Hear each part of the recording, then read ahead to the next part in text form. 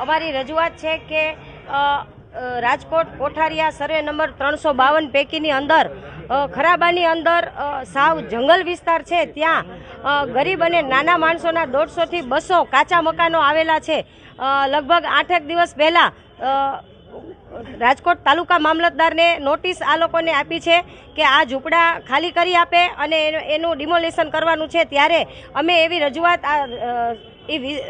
વિસ્તારના રહીશોની સાથે રાખી અને અમે એવી રજૂઆત કલેક્ટરશ્રીને કરવા આવ્યા છીએ કે ગરીબોના ઝૂંપડા આ ભર ચોમાસે ન પાડવામાં આવે, આશરા વિનાના ન કરવામાં આવે અને આ સરકારને જો આ જંગલ વિસ્તારની અંદર જ્યાં લાઇટ કે પાણીની પણ સુવિધા નથી, આ લોકો દીવાના અજવાળે રોજ વાળું કરે છે એવી પરિસ્થિતિ છે, ત્યારે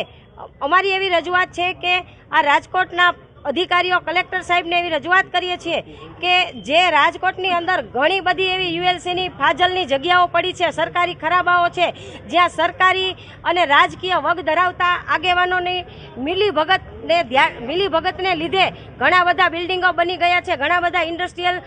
ઝોનની અંદર પણ કારખાના ઊભા થઈ ગયા છે। એ લોકોને કેમ આ સરકારને નજરમાં નથી આવતા ને ગમે ત્યારે જ્યારે હોય ત્યારે આવા ગરીબોના ઝૂંપડા જ નજરમાં આવે છે? તો અમારી એવી રજૂઆત છે કે જો પાડવી જ હોય તો પહેલાં આવી મોટી મોટી વગ ધરાવતી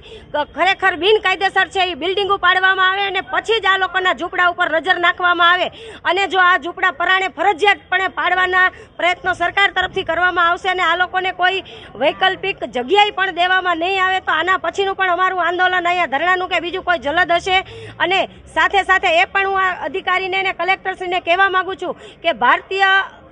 બંધારણ મુજબ તમામ નાગરિકને, આ દેશના તમામ નાનામાં નાના નાગરિકને રોટી કપડાં અને મકાનનો અધિકાર છે। જે આ અધિકારીઓ છીનવવા માગે છે એ અમે નહીં થવા દઈએ। બસ આ અમારી રજૂઆત છે। આજ રોજ વોર્ડ નંબર 18 ની અંદર આવેલા કોઠારિયા વિસ્તારની અંદર જે લોકોને પાકા અને કાચા ઝૂંપડા પાડવાની નોટિસ આપવામાં આવી છે, એના ઝૂંપડાઓની રજૂઆત લઈ અને કલેક્ટર સાહેબને મળવા આવ્યા છે કે જ્યાં સુધીને સાહેબશ્રી આ લોકોના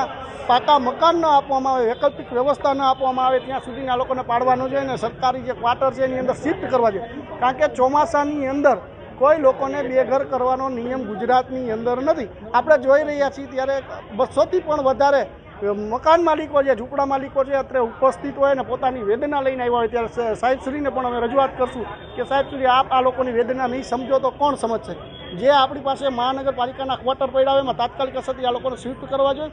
ચોમાસાની અંદર એક તો રોડ ઉપર ઝૂંપડા હોય, આ લોકોના ગરીબ લોકો હોય અને મોંઘવારીથી ત્રસ્ત હોય, સવારથી સાંજ સુધીમાં બે છેડા ભેગા ન થતા અને પાછા તમે જો રોડ પર લઈ જવાની વાત કરતા હોય તો આવા લોકોને વૈકલ્પિક વ્યવસ્થા આપીને ઘરનું ઘર આપી દેવું જોઈએ। ભૂતકાળની અંદર કેટલા લોકોને આપણે જ્યાં ડિમોલેશન કર્યા અથવા તો ઝૂંપડા પાડ્યા એનો સર્વે કરી અને આપ્યું હોય તો આ લોકોનો શું વાક, આવી રજૂઆત કરવા માટે આવ્યા છે।